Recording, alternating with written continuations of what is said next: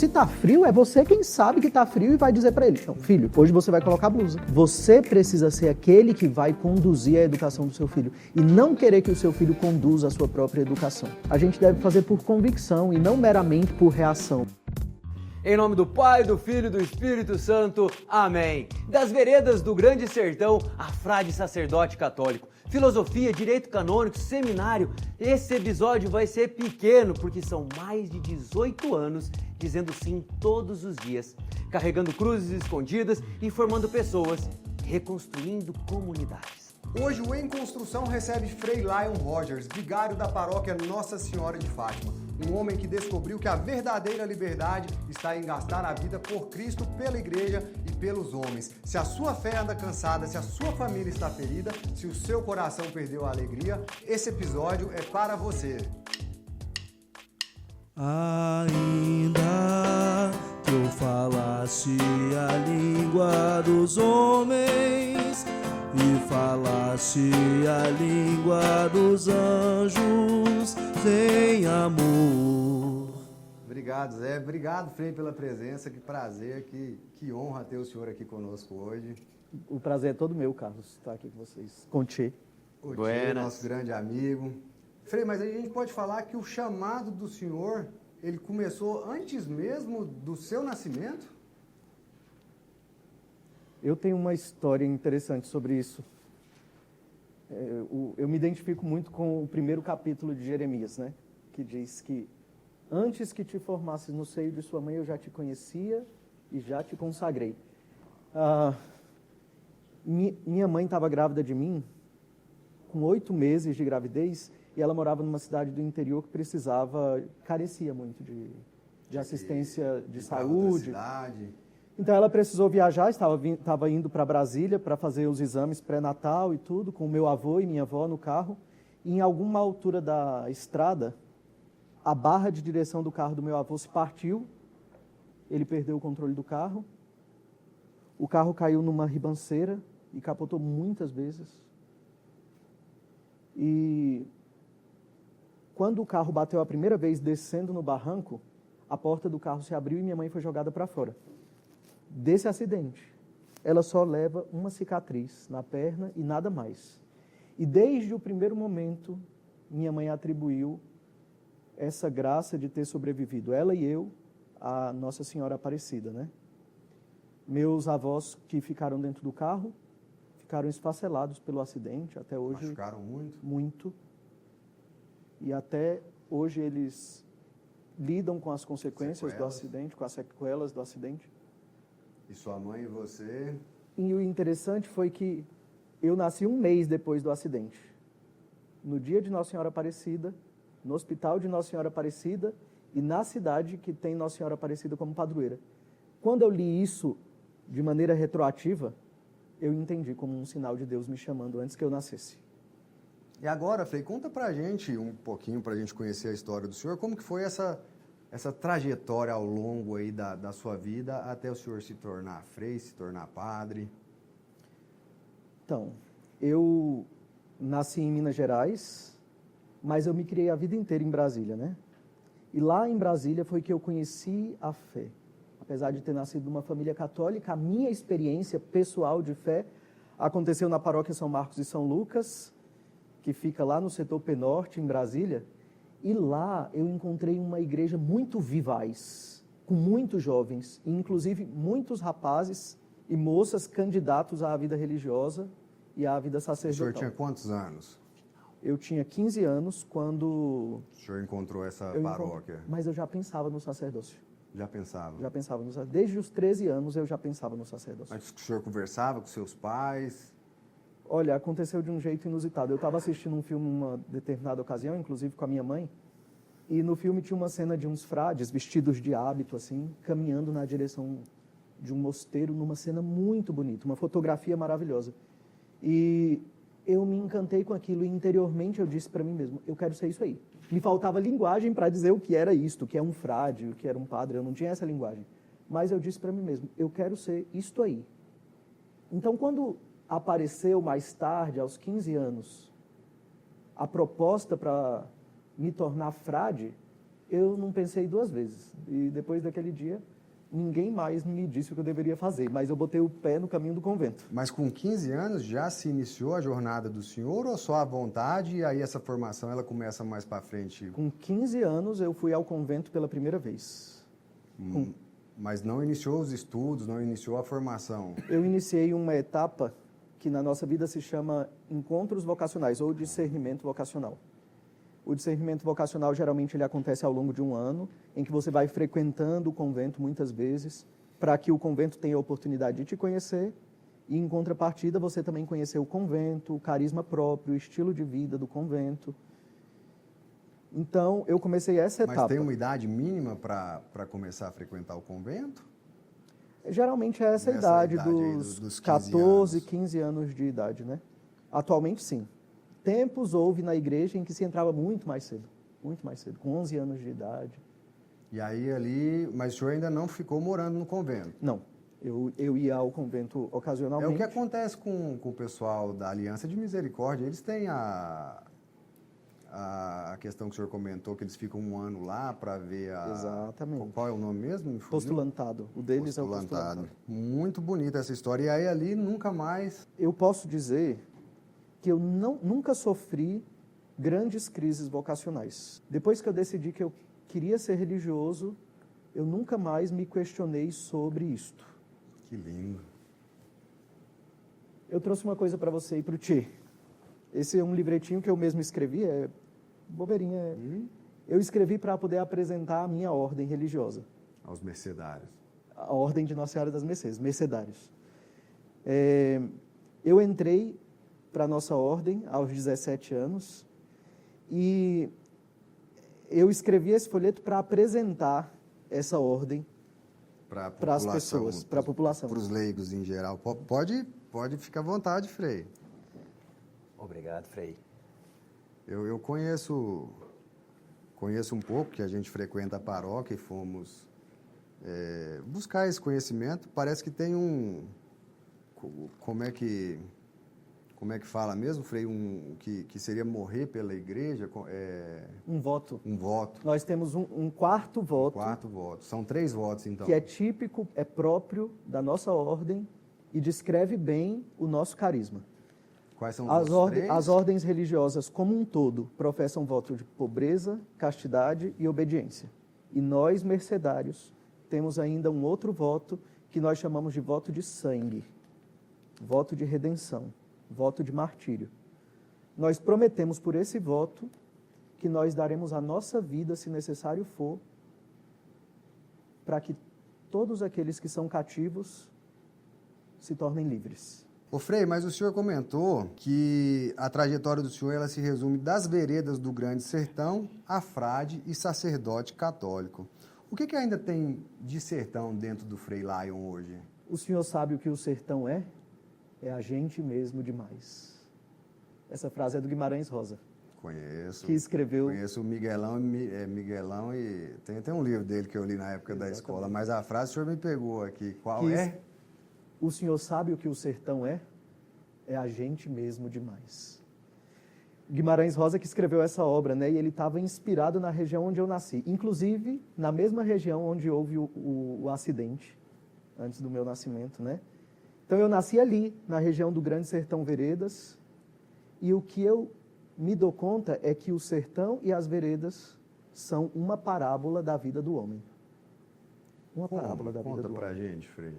O sertão é aquela terra desafiadora. O deserto, a gente pode pensar? Nós podemos pensar, biblicamente, o sertão se associa ao deserto, né? É belo e aterrador. E a vida do homem é assim, é bela e aterradora. E no sertão a gente vai, e de repente você encontra uma vereda de paz, de calma, que reabastece e faz a gente continuar indo pelo caminho. Porque a vida de fato não é fácil, né? Nunca a vida vai ser fácil. A gente precisa se acostumar com isso, senão a gente sofre demais. A gente precisa se acostumar que todos os dias nós precisamos levantar cedo, suar a camisa, resolver os problemas, mas de vez em quando a gente precisa ter pausas restauradoras, as nossas veredas. Por exemplo, celebrar o aniversário do filho. Você tem um filho que é coroinha nosso, o Antônio. Quando você para poder celebrar o aniversário do seu filho, de repente, no meio de todos os problemas da sua vida, você agradece a Deus, porque você tem um filho maravilhoso que Deus te deu. Isso é sertão e vereda. Mas sabe que a igreja, Frei, assim, eu gosto muito de comentar isso também, porque eu já comentei que eu sou novo na igreja, agora vou cumprir o sacramento do casamento, o último que eu quero comungar, estou com essa sede, essa fome de Cristo. Mas, assim, depois que eu entrei na igreja, assim, o sertão, o deserto, ele diminui. As coisas que a gente quer vencer ali no braço, que a gente quer vencer sozinho, elas ficam menores. Então, antigamente, algo que parecia uma montanha intransponível, hoje parece um morrinho ali que a gente pode passar a pé. Então, isso é muito importante também. As pessoas precisam de ter esse discernimento. Sem dúvida. Fé e esperança são duas forças que se somam na travessia do deserto. Quando nós atravessamos o deserto confiando apenas nas nossas próprias forças, ele de fato se torna muito maior, pesado, cansativo. Mas quando a gente descobre uma força maior do que a gente e que nos carrega, a gente sabe que significado que o deserto tem na nossa vida. Aí é mais fácil de passar, sem dúvida nenhuma. E como o deserto também é importante para a construção de quem nós somos, de tudo que nós vivemos. Por exemplo, a palavra de Deus diz que o Espírito de Deus impeliu Jesus para o deserto. Por quê? A gente tende a pensar que o deserto são as experiências ruins.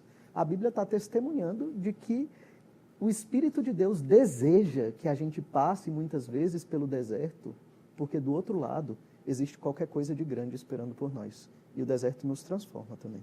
Viu, tio? Carlos, interessante você trazer essa reflexão.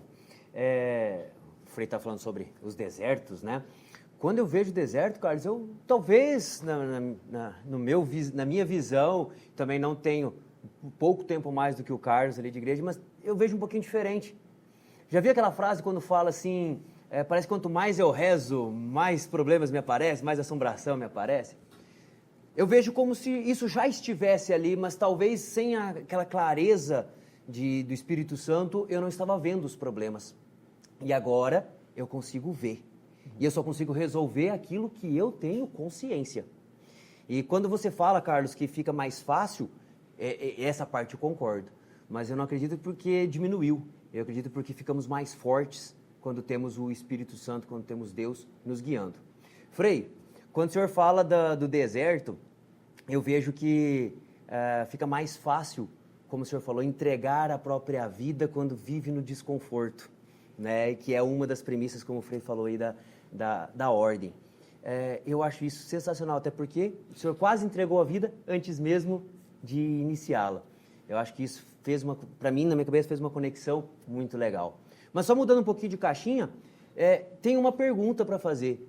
Diferencia para nós, Frei, Padre e...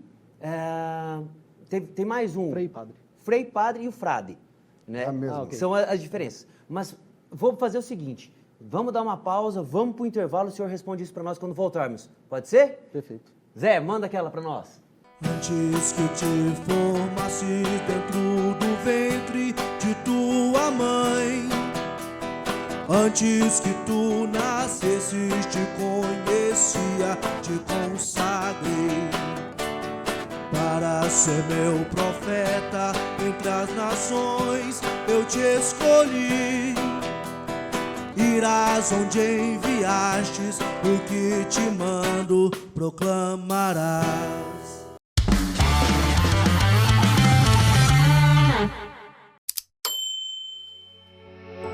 Marquió e Jataí tem tudo, tudo mesmo.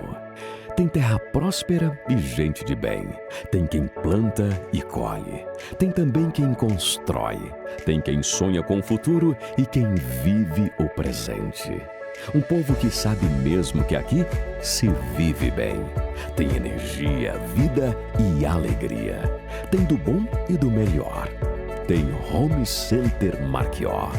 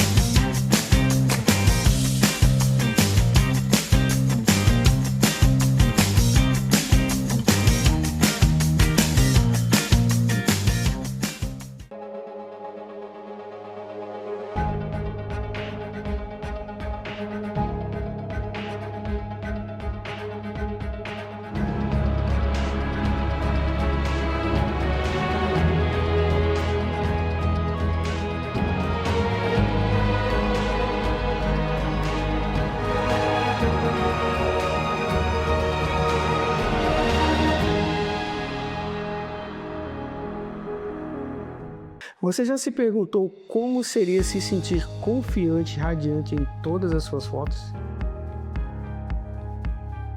Conheça a incrível história da nossa cliente Genata da Liberty Saber. Ah, quem é? Essa daqui ficou muito boa. Porque a relação dela ao ver as fotos renovadas foi simplesmente inspiradora. Foto de revista.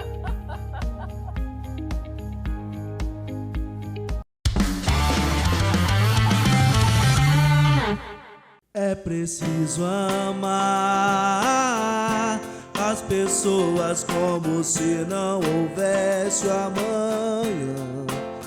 Porque se você parar pra pensar, na verdade não há. Excelente, Zé, muito bom. Frei, diferencia para nós, para que nossos espectadores, para que a gente possa entender exatamente como funciona. Frei e frade é a mesma coisa. Ok. Frei é o título que vai na frente do nome, por exemplo, Frei Lion, Frei Rogério, Frei Rafael. E frade é o substantivo. Por exemplo, um frade veio me visitar. Os frades da paróquia Nossa Senhora de Fátima, esse é o substantivo e não o título. Então, o título para frade é frei. Essa é a primeira coisa. Agora, a diferença entre frei e padre, que é a dúvida que muita gente tem, é a seguinte.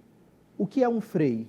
O frei é o membro de uma instituição da igreja, de um tipo de instituição da igreja, que são as ordens religiosas. Eu acabei de dizer para vocês que eu sou membro da Ordem de Nossa Senhora das Mercês. Assim como existe essa, existem muitas outras. Por exemplo, os jesuítas, os carmelitas, os dominicanos. O que são essas instituições na igreja? São jeitos de realizar a mesma missão de Cristo. Porque nós vamos convir que ninguém dá conta sozinho de fazer tudo o que Cristo faria. Mas se cada um se dedicar a fazer um aspecto da missão de Jesus, no corpo de Cristo nós teremos feito aquilo que Jesus gostaria que nós fizéssemos. Então, houve na história pessoas assim corajosas, muito imbuídas do Espírito Santo, que resolveram, eu vou me dedicar a Cristo cuidando, por exemplo, dos enfermos. São Camilo de Leles. Ele fundou uma ordem religiosa na qual se agregam homens que desejam viver a missão de Cristo cuidando de enfermos. Especificamente o carisma deles é esse.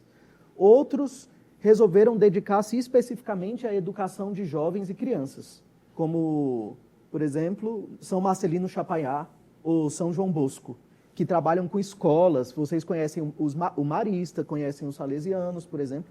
Eles vivem especificamente para isso. E o membro dessas instituições, inclusive os mercedários que trabalham com aqueles que são privados de liberdade, especificamente, são chamados de frei, são frades, ou alguns outros têm nomenclatura de irmãos ou frater. E é tudo a mesma coisa, são membros dessas instituições consagrados a fazer isto. Ok? Ok. O padre é outra coisa. O padre é um homem que recebeu o sacramento da ordem, que recebeu uma missão. E o sacramento da ordem é aquela ordem que Jesus deu para os seus apóstolos no dia da última ceia. Qual foi a ordem? Fazei isto em memória de mim. Esses, para quem ele deu esta ordem, são chamados de ordenados. Uau. Alguns são ordenados a fazer isso como diáconos, que são servidores, na caridade e na liturgia. Outros são chamados a fazer isso como presbíteros, que são os padres, que são sacerdotes e que oferecem o sacrifício. E outros são chamados a fazer isso como bispo, que são aqueles que governam as igrejas particulares e são sucessores dos apóstolos. Muito bem explicado, ficou claro aí em casa, acho que agora todo mundo consegue diferenciar o frei do padre. Frei Lion, eu quero fazer um gancho aqui de algo muito importante que o senhor mencionou, a questão do propósito. Né? Se todos nós fizermos um pouquinho do propósito de Deus para facilitar a mudança, a transformação no mundo. Para você aí em casa, você que está buscando o seu propósito é você buscar a sua essência, se desenvolver o máximo que você puder. Porque quando você está dentro da sua essência, você consegue acrescentar. Porque você é a imagem e semelhança de Deus. E aí sim você consegue fazer parte do corpo e contribuir com um propósito maior que nós temos. Então, se você está em busca do seu propósito, pensa nisso. Se desenvolva para que Deus possa sonhar em ti. Faz sentido, Frei? Faz muito sentido. Faz muito sentido. Porque qual é o principal desejo das pessoas que vivem em Cristo? É reordenar o mundo de acordo com o que Deus sonhou. É recolocar o mundo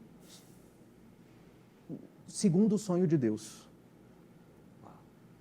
Porque se a gente pensar bem direitinho, o mundo, como nós o vemos hoje, não é o mundo como Deus gostaria que ele fosse. Não é o mundo que Deus criou para ser.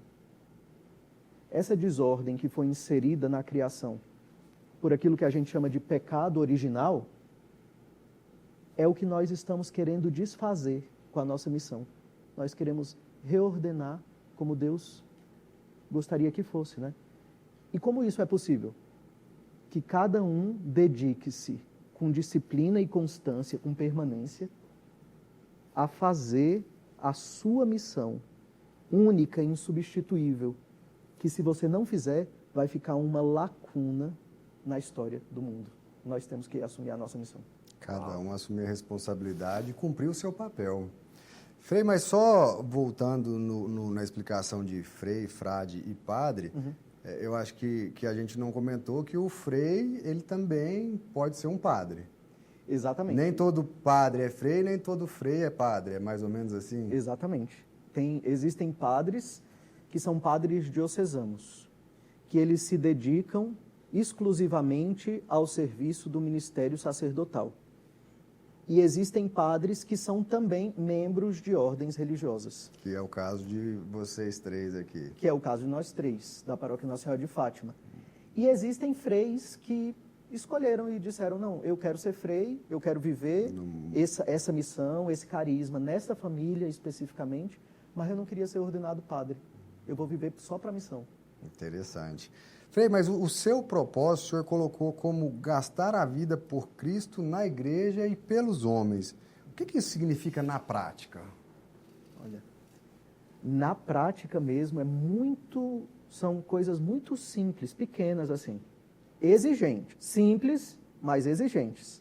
Significa rezar todos os dias, aprender a conviver como irmãos, converter os próprios costumes, lutar interiormente para se tornar uma pessoa melhor, amar as pessoas, gostar de gente é muito importante. Trabalhar, dedicar-se aos outros, ter visão todos os dias para ver onde é que os homens estão precisando e estar lá. Às vezes para atuar curando, às vezes para ser curado. O Papa Francisco dizia uma coisa muito interessante. num documento que ele escreveu para a vida religiosa no início do pontificado dele. Ele dizia que nem sempre nós vamos ter tempo para parar para poder curar as nossas feridas. Mas saindo às ruas para curar as feridas dos outros, nós vamos curando as nossas feridas. Então, na prática, significa também curar as nossas feridas, você está entendendo? Frei, que bonito, tia. Olha só, assim, eu estava aqui pensando, mas isso serve para todo mundo. Não é porque você é frei que isso é diferente. São coisas que todos nós podemos fazer para cumprir o nosso papel. Exatamente. O interessante da nossa vida de frei é que ela é uma vida para todo mundo. Em outros níveis, nós nos dedicamos a isso com uma certa radicalidade, mas a busca de santidade que alguém que entra para o convento é chamado a fazer é a mesma que todo mundo é chamado a fazer, com níveis de radicalidade distinta. Radicalidade, não radicalismo. Porque radicalidade significa ir à raiz. Algumas premissas diferentes que vocês precisam seguir que nós não... Como celibato e tudo mais. Exatamente. Por exemplo, todo mundo é chamado por Cristo a viver a castidade. Afinal de contas, o 6º mandamento da lei de Deus é esse: guardar a castidade, não pecar contra a castidade. Todo mundo é chamado. Mas a castidade dos freis é a castidade celibatária. Mas existe uma castidade... No casamento. No casamento, exatamente. Que é a sua esposa, unidade, não trair, faz parte. Agora até eu estava vendo que, assim, acho que foi até necessário a igreja se posicionar sobre essas polêmicas que está tendo aí de trisal, de não sei o quê, uma coisa que nunca existiu. E até eu ia falar mais para frente, mas tem uma fala, acho que não sei se é do Papa Leão, que a igreja ela não está aqui para se adequar ao mundo, mas para convertê-lo. Uhum. É o que falávamos agora aqui com o nosso amigo Tchê. Reordenar as coisas do jeito que Deus planejou para que elas fossem. Aquilo que ele inscreveu na natureza humana quando ele a criou, a gente percebe que é saudável para o homem, entende? Então, o que tem, na minha opinião, quem sou eu para poder ler a mente do Papa, né? Mas o que tem, na minha opinião, na mente do Papa quando ele diz isso, né? A igreja não está para se conformar com o mundo, mas para convertê-lo. Ele está com esta ideia de que o mundo como Deus sonhou foi se perdendo. Foi se perdendo. E nós precisamos devolver ao mundo o bônus, o melhor que ele poderia ter, você está entendendo? A paz que ele poderia ter, as relações de fraternidade mais adequadas que o mundo deveria viver, você está entendendo? E a gente estava comentando ainda esses dias que está tendo essa busca por parte das pessoas, né, de ir à igreja, de se converter aí, algo fora da curva aí, positivamente, né? Uhum. Eu, outro dia, estava vendo uma entrevista da Raquel de Queiroz, e ela começava a entrevista dizendo assim: eu não tenho fé. Eu não creio em Deus. E é muito ruim, porque quem não tem fé sofre muito e chora e não tem nada, não tem onde se segurar. Quando eu perdi a minha filhinha, eu chorava sozinha. Então, quem tem sua fé, faça tudo, regue, coloque adubo para que a sua fé cresça, porque quem vive os sofrimentos com fé passa por eles melhor.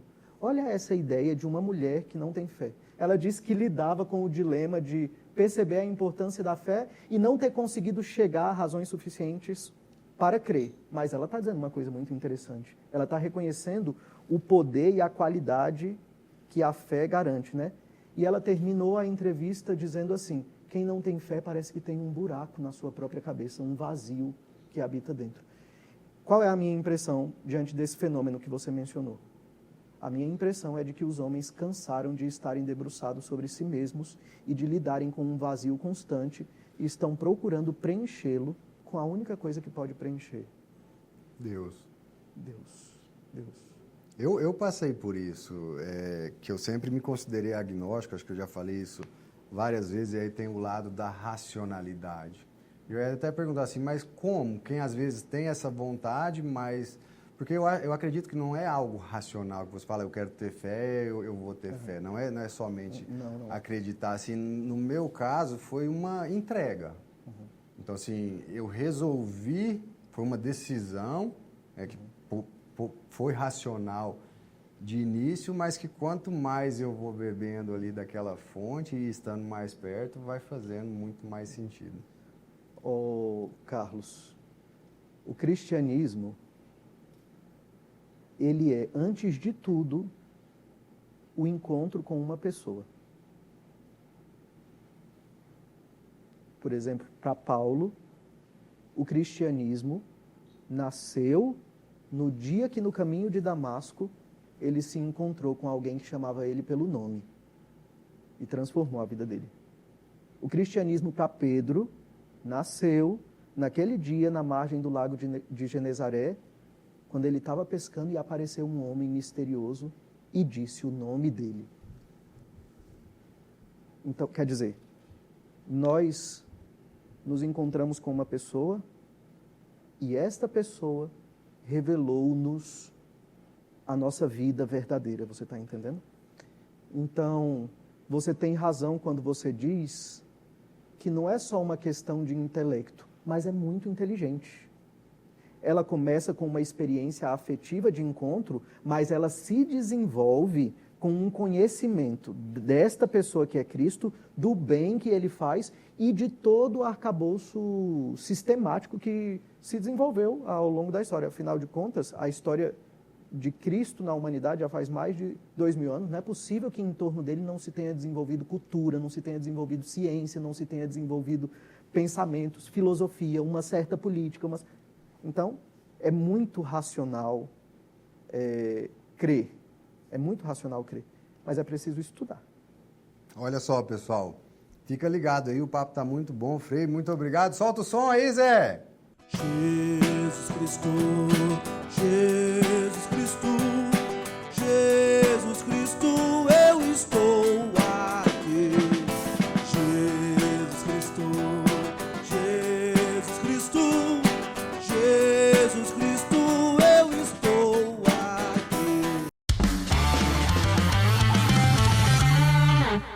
No coração de Jataí, existe um espaço feito para transformar a sua relação com a saúde e o bem-estar. Aqui na Empório Casa Verde, cada detalhe foi pensado para acolher você. Das nossas prateleiras repletas de produtos naturais, até o carinho no atendimento. Tudo é feito com propósito: cuidar da sua vida e da sua família. Mais que uma loja, somos um ponto de encontro para quem busca qualidade, sabor e equilíbrio no dia a dia. Seja para experimentar uma refeição saudável, descobrir novidades ou apenas sentir a energia única deste lugar, você sempre será recebido de braços abertos.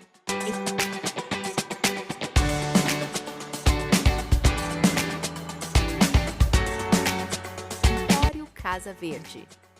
O seu bem-estar começa aqui.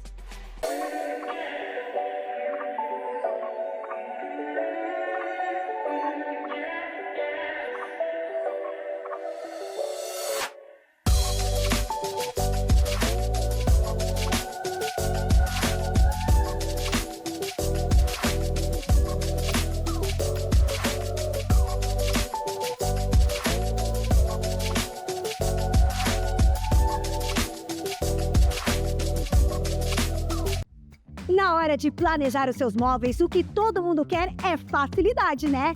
Com o Italínea dá para começar a pagar só daqui a 90 dias, dá para parcelar em até 24 vezes e tudo isso com a menor taxa do mercado moveleiro. Com o Italínea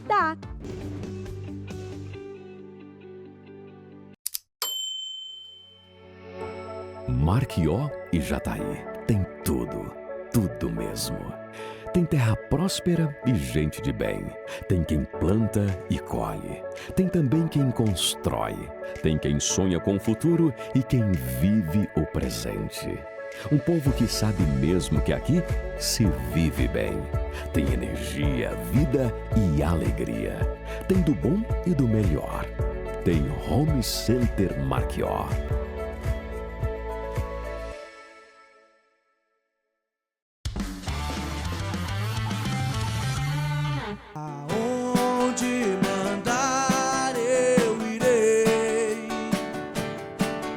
teu amor eu não posso ocultar. Quero anunciar para o mundo ouvir que Jesus é nosso Salvador. Desejo de coração que vocês que estão aí em casa, vocês possam estar sentindo essa paz que eu estou sentindo aqui. As músicas, a presença do Frei é maravilhoso. E vocês que estão aí, não deixem de se conectar aqui com as nossas redes sociais e também com o nosso WhatsApp 649-9953-5695. Aproveitando também para lembrar que o nosso quadro Fachada da Esperança continua, então aí você envia para a gente a foto, o nome e o contato da pessoa que você gostaria e acha que precisa de ter a fachada da casa reformada, que a gente vai aí estar entrando em contato. Frei, essa geração que a gente está vivendo, que teve tudo à mão, mas vive cansada e ansiosa. O que a fé cristã pode nos oferecer, auxiliar, que nenhum remédio aí tem resolvido? Olha, eu diria que tem muita coisa, mas eu queria colaborar com um pensamento teológico que vem dos grandes místicos da igreja, né? Os místicos que eu estou falando assim são santos como São João da Cruz, Santa Teresa de Jesus, que participaram de um movimento de espiritualidade muito denso, muito profundo no século XVI, no início do século XVI, e eles têm um tema teológico muito interessante. Santa Teresa, por exemplo, ela diz assim, que Deus, quando estava nos criando, nos formando assim, ó, do barro, ele, em um determinado momento, parou, tomou uma flecha, molhou essa flecha no suco do coração, do seu próprio amor, e traspassou a nós, obra de suas mãos, com esta flecha. Então todos nós viemos já para esse mundo feridos, e feridos de amor.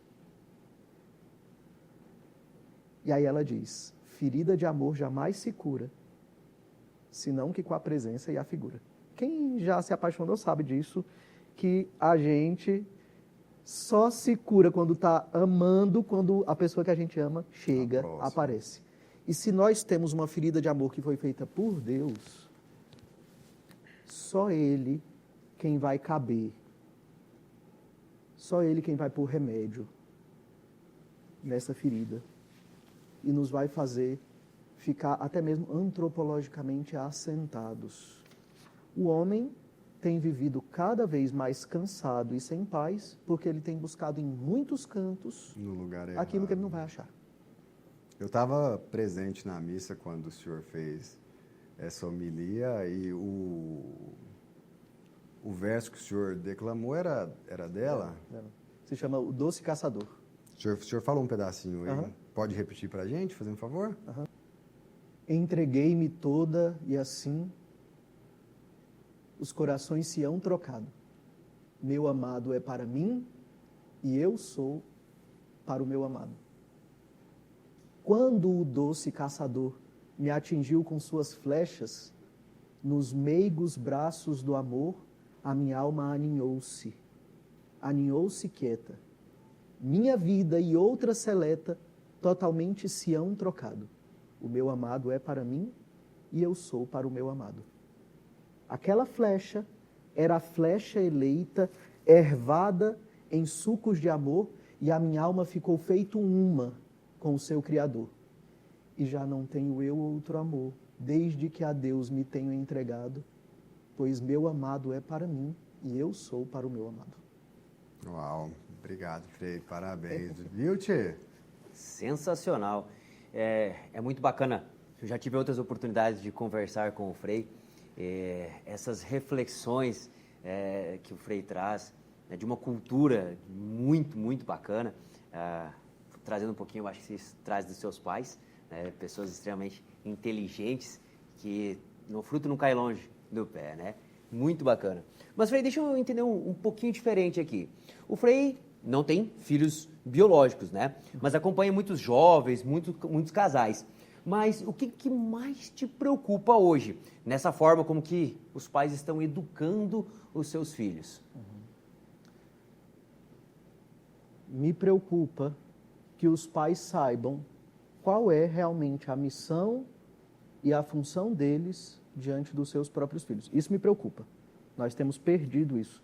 Nós estamos vivendo uma geração de gente que diz assim, com muita frequência, eu não quero fazer com os meus filhos aquilo que os meus pais fizeram comigo. Então, já inicia com uma premissa reativa. E essa postura reativa, ela não dá bem no final das contas. A gente deve fazer por convicção e não meramente por reação, você está entendendo? Então, por exemplo, hoje é assim, meu pai era rígido comigo, eu vou deixar meu filho fazer do jeito que quiser. Meu pai não dialogava as coisas comigo, eu vou dialogar tudo com os meus filhos. Isso não se pode. Frei, muito interessante esse raciocínio. Olha para essa câmera aqui, por favor, e fala para quem está nos assistindo em casa. Você, pai, mãe, que está nos ouvindo aí em casa, ouve esse conselho. Explica, Frei, qual é o verdadeiro papel do pai e da mãe na criação do filho? Você que é pai e mãe, você é chamado por Deus a colocar bases sólidas, bases firmes, para que o seu filho se constitua como pessoa. E nesse sentido, você precisa ser aquele que vai conduzir a educação do seu filho e não querer que o seu filho conduza a sua própria educação. Você não pode dizer para o seu filho, filho, você quer colocar blusa de frio ou não? Se está frio, é você quem sabe que está frio e vai dizer para ele, não, filho, hoje você vai colocar blusa. Pronto. E não existe violência nisso.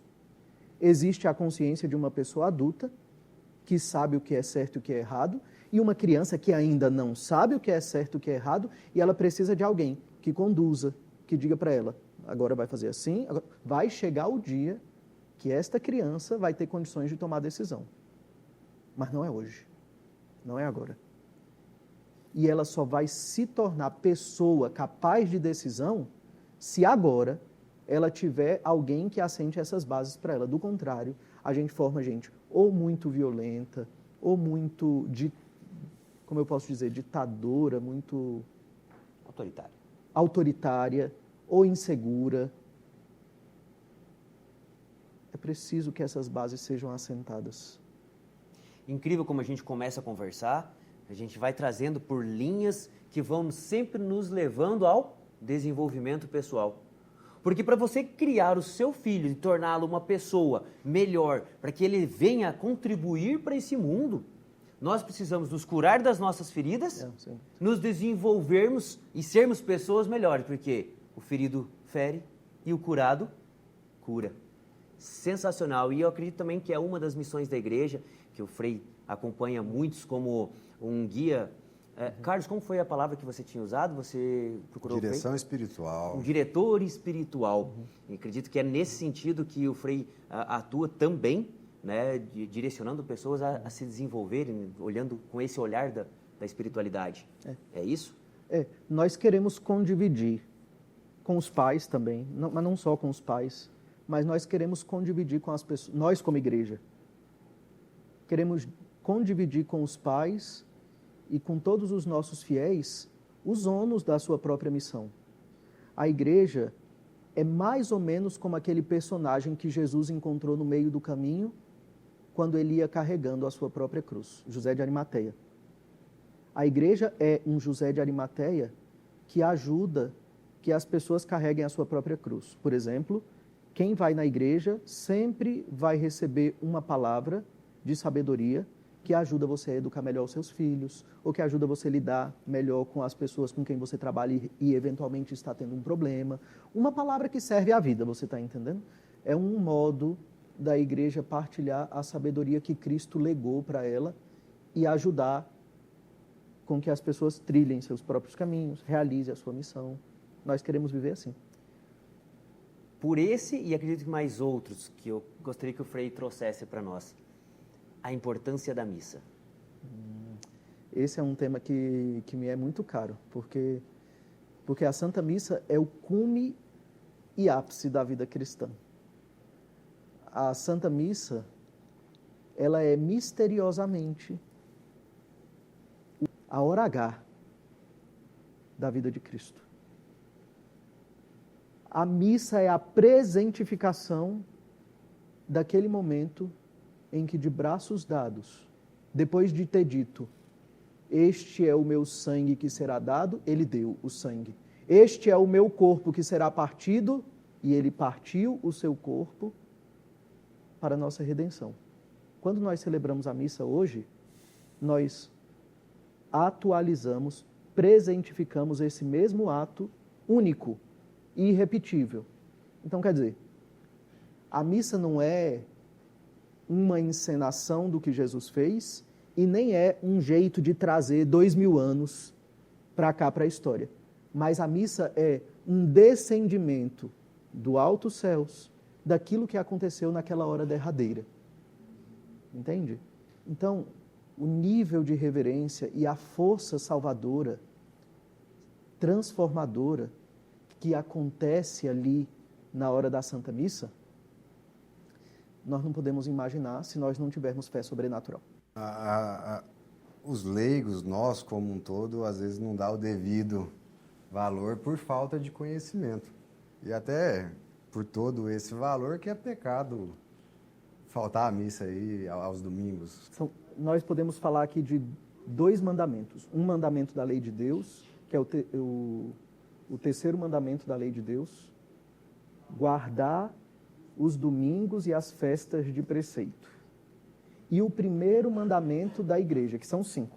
O primeiro mandamento é ouvir missas inteiras nos domingos e solenidades de preceito, abstendo-se de trabalho desnecessário, daqueles trabalhos que são desnecessários. Porque nós precisamos dar o dízimo da nossa vida, do nosso tempo também. Dízimo não é só o dinheiro, mas o dízimo da nossa vida e do nosso tempo. Tudo que nós temos, nós já recebemos de Deus e nós ofertamos para Ele esse tempo. E por esta oferta que nós fazemos, Ele nos transforma. Quer dizer, a gente vai lá para oferecer para Ele e é Ele quem oferece mais para a gente, entende? Quem acostuma-se a ir à missa aos domingos ou com muita frequência, sabe a qualidade de vida que ganha. Uau! Eu não conhecia esse dízimo de tempo. Então, olha só, pessoal, você que está aí em casa, às vezes está faltando dinheiro, mas você tem outras coisas para dar aí para a igreja, para a comunidade que você frequenta.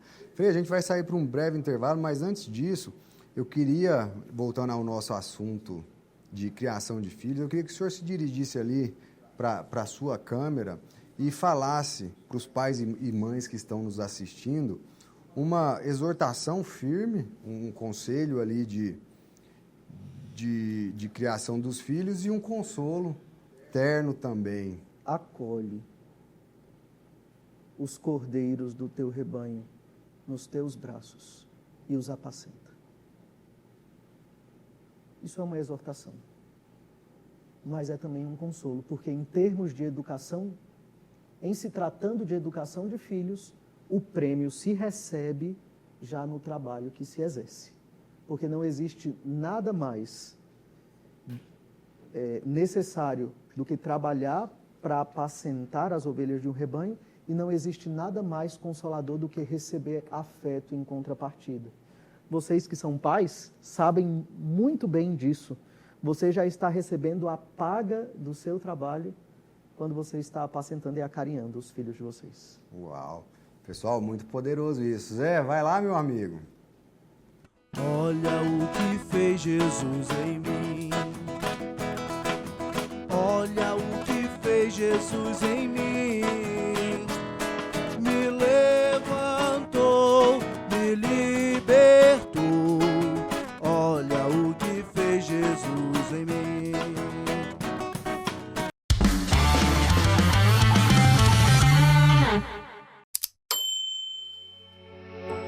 Marquió e Jataí tem tudo, tudo mesmo. Tem terra próspera e gente de bem. Tem quem planta e colhe. Tem também quem constrói. Tem quem sonha com o futuro e quem vive o presente. Um povo que sabe mesmo que aqui se vive bem. Tem energia, vida e alegria. Tem do bom e do melhor. Tem Home Center Marquió.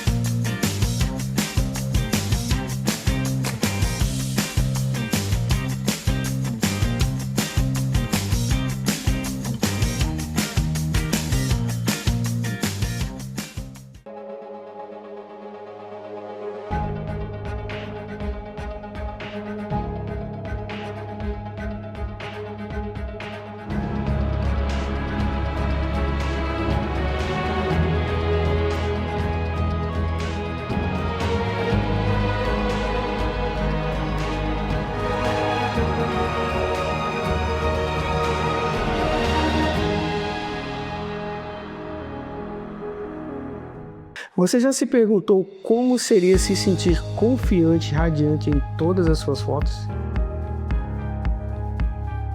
Conheça a incrível história da nossa cliente Genata da Liberty Saber. Quem é? Essa daqui ficou muito boa. Porque a relação dela ao ver as fotos renovadas foi simplesmente inspirador. Foto de revista.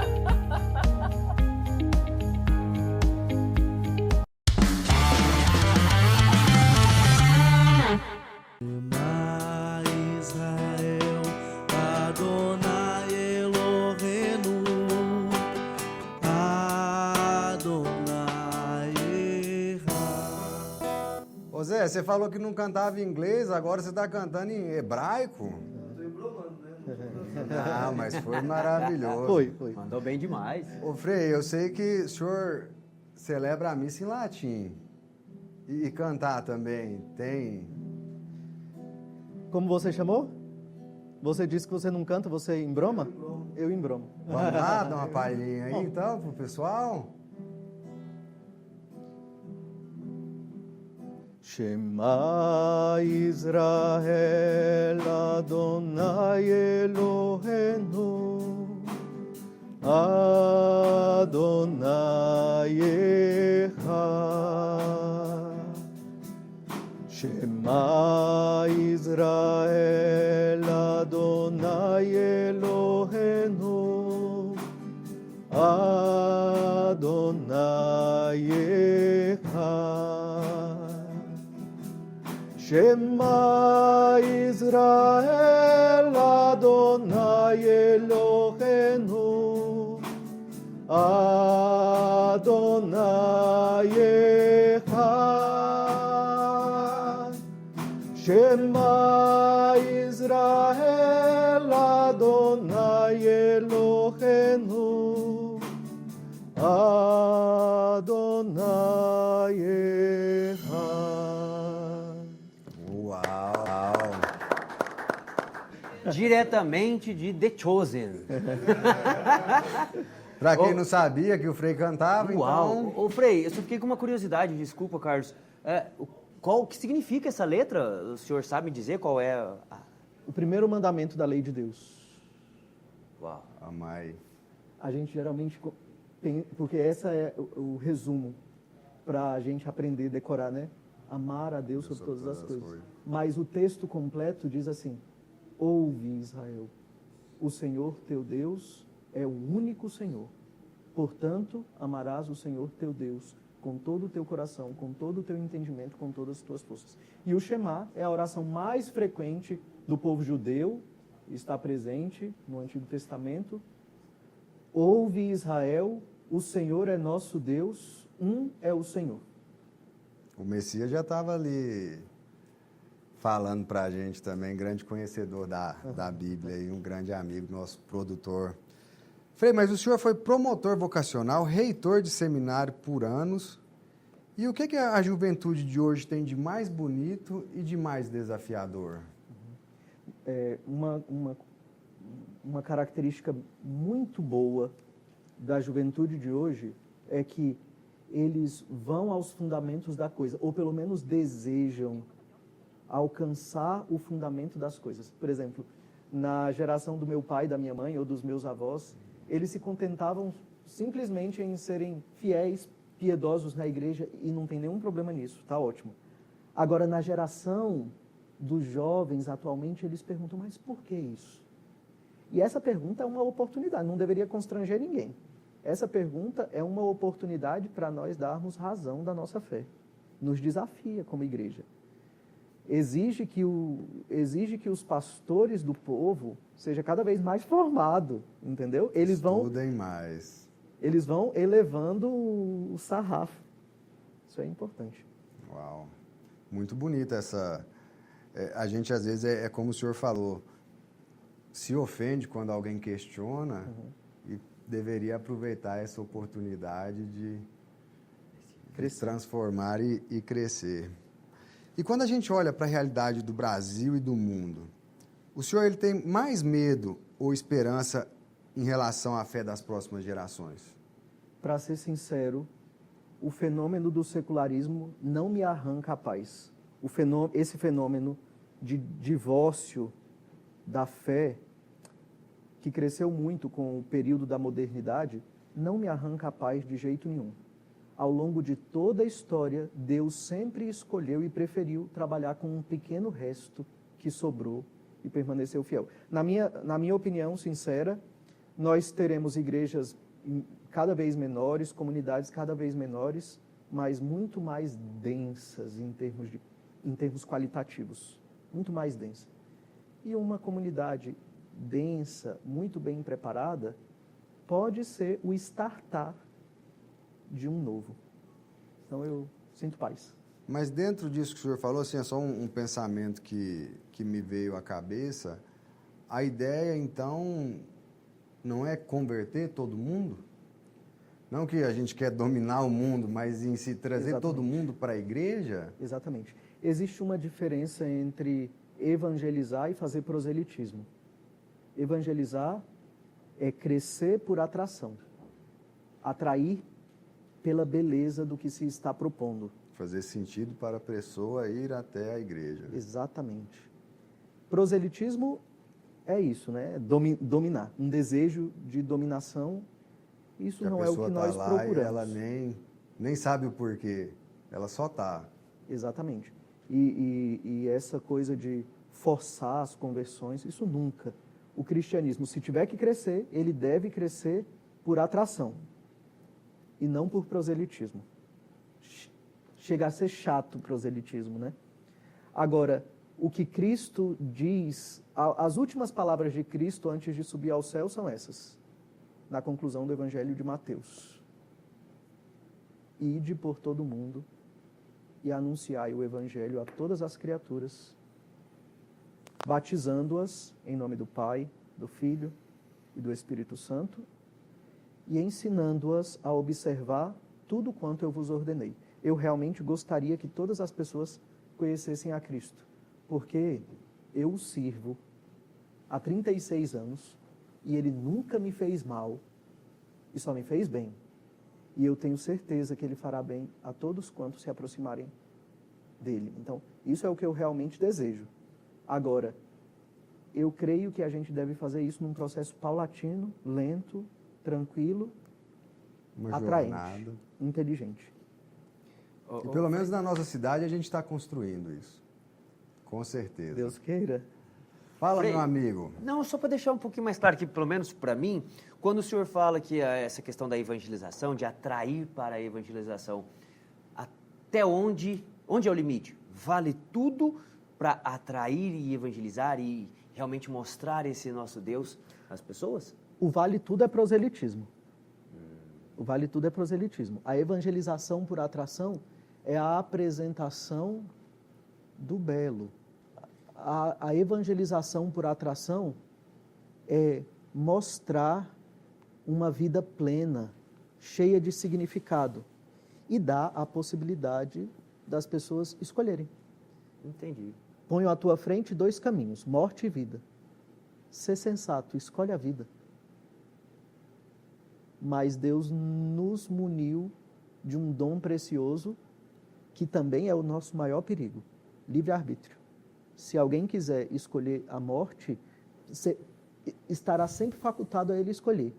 Mas Deus vai estar sempre desejando, chamando e dizendo, vem por aqui, vem pela vida. Frei, conectado com esse assunto, tem uma frase do senhor que, em meio às dores, você gostaria que os homens soubessem erguer a cabeça e ver que a nossa mão não é a única força atuando nesse mundo. Para quem está dentro da igreja e vivendo essa comunidade, talvez é mais fácil de visualizar isso. Mas como quem está ali um pouco distante poderia fazer isso aí no dia a dia? As pessoas, pela minha experiência de acompanhamento de pessoas, né? As pessoas afastadas chegam muitas vezes, quando vêm a nós, geralmente elas vêm como resultado daquele cansaço que você mencionou aqui na nossa conversa anteriormente. Já não sabe mais o que fazer, é a última esperança. Já não sabem que caminho trilhar e vêm pedir alguma luz, um suspiro. Quantas vezes, por exemplo, mães nos procuram no momento em que perderam os filhos para as drogas, por exemplo, que é uma área de atuação nossa, né? E sempre essas pessoas tiveram um encontro no meio do caminho. Alguém que disse, por que você não faz isso? Por que você não vai lá na igreja? Por que você não fala com o sacerdote? Por que eu não posso entender que nesta pessoa que apareceu para dizer esta palavra, antes inaudita, existe uma força que rege a história e que está ali trabalhando para que tudo concorra para o bem. É disso que se trata quando eu digo que existem mais forças atuando no mundo do que as forças maléficas, né? Existem forças boas atuando no mundo e esta força se chama principalmente providência de Deus. Ela acontece de modo delicado. E nos pequenos detalhes, nas pequenas coisas. Detalhes. Às vezes esperamos por grandes milagres e no dia a dia está ali. Frei, a gente já está aqui se encaminhando para o final e eu queria que agora você deixasse uma mensagem para quem está nos assistindo, para quem está perdido, sem rumo, como que pode deixar-se achar por Deus no dia a dia? Talvez eu dissesse para essas pessoas aquilo que é o centro do nosso anúncio querigmático. Existe um amor esperando por você. Deus te ama. E não existe vida feliz senão amando e deixando-se amar. Meu grande convite para você hoje, meu irmão e minha irmã, é que você aceite o desafio de fazer uma aventura quase cavalheiresca de deixar-se amar por aquele que te olha, te chama e te deseja. Uau, muito obrigado, Frei.